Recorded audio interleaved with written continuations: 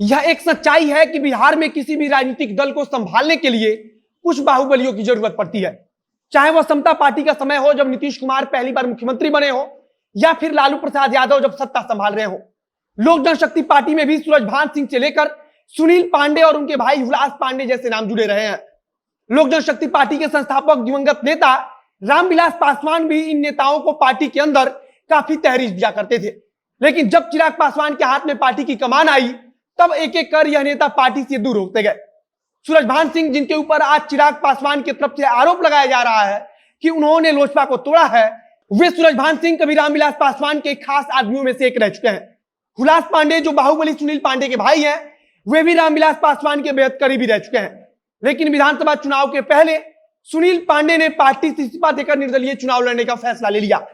इसका कारण क्या था, उस पर हम आगे बात करेंगे, लेकिन उससे पहले जान लीजिए कि अब इन्हीं बाहुबली सुनील पांडे के भाई हुलास पांडे को चिराग पासवान ने संसदीय बोर्ड का बिहार अध्यक्ष बनाया है। अब नमस्कार, हमारा नाम है मोहित कुमार सिंह और आप देख रहे हैं जनता जंक्शन का विशेष कार्यक्रम एक्सप्लेनर। बाहुबली सुनील पांडे के भाई हुलास पांडे को यह बड़ी जिम्मेदारी देने के पीछे चिराग पासवान का एक बड़ा दाव है। विधानसभा चुनाव के वक्त सुनील पांडे से चिराग पासवान के रिश्ते बिगड़ गए थे, क्योंकि उन्हें अपनी मनचाही सीट से टिकट नहीं मिल रही थी। सुनील पांडे ने उस चुनाव में चिराग पासवान का विरोध करते हुए निर्दलीय मैदान में उतरने का फैसला कर लिया। अब चिराग पासवान इस बात को लेकर आश्वस्त नहीं थे कि सुनील पांडे और हुलास पांडे किसके साथ जाएंगे। हालांकि जिस दिन चिराग पासवान आशीर्वाद यात्रा के लिए पटना पहुंचे, उस दिन हुलास पांडे अपनी पूरी शक्ति के साथ उनका स्वागत कर रहे थे। बताया जा रहा है कि पटना एयरपोर्ट पर जो भी भीड़ जुटी थी, उसमें इनका सबसे बड़ा योगदान था। चिराग पासवान इस बात को लेकर चिंतित थे कि सुनील पांडे और हुलास पांडे का रुख क्या होगा, लेकिन अब उन्होंने हुलास पांडे को बिहार संसदीय बोर्ड का अध्यक्ष नियुक्त कर दिया है।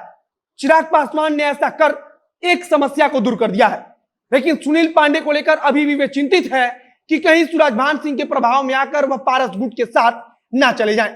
अगर सुनील पांडे और हुलास पांडे की बात करें तो सुनील पांडे भोजपुर जिले की राजनीति में ज्यादा सक्रिय है, तो वहीं हुलास पांडे बक्सर जिले की राजनीति में सक्रिय है।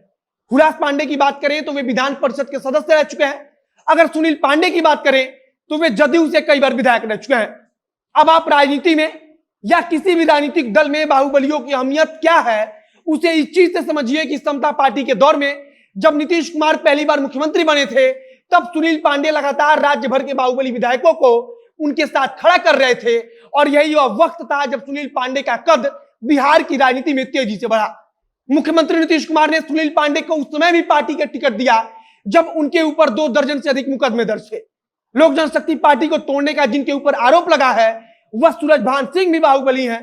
कहने का मतलब है कि बिहार की राजनीति में बाहुबलियों की अपनी एक अलग छवि है।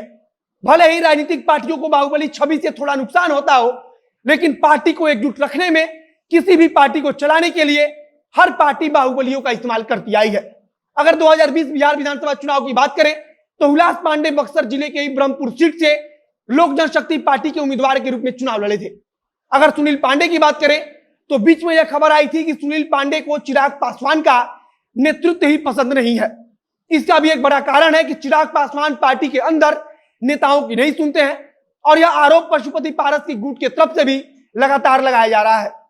फिलहाल अब चिराग पासवान शायद इस बात को समझ चुके हैं कि पार्टी को संभालने के लिए हुलास पांडे और सुनील पांडे जैसे चेहरों की क्या अहमियत है। कहा जा रहा है कि हुलास पांडे ने चिराग पासवान के साथ रहकर जिस वफादारी का परिचय दिया है, अब उसी के इनाम के तौर पर उन्हें यह बड़ा पद मिला है।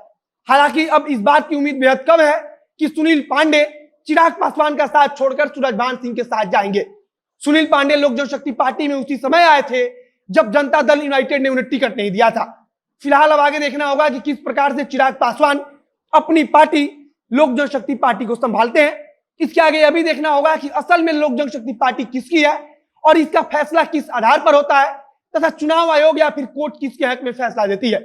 चिराग पासवान का दावा है कि अभी भी वे लोजपा के राष्ट्रीय अध्यक्ष हैं, तो दूसरी तरफ पशुपति पारस अपना दावा पेश कर रहे हैं। फिलहाल इस वीडियो को यहीं समाप्त करते हैं। आगे जो कुछ नई जानकारी आएगी उसे हम आप तक पहुंचाते रहेंगे। अगर वीडियो फेसबुक पर देख रहे हैं तो पेज को लाइक कीजिए, यूट्यूब पर देख रहे हैं तो चैनल को सब्सक्राइब कीजिए।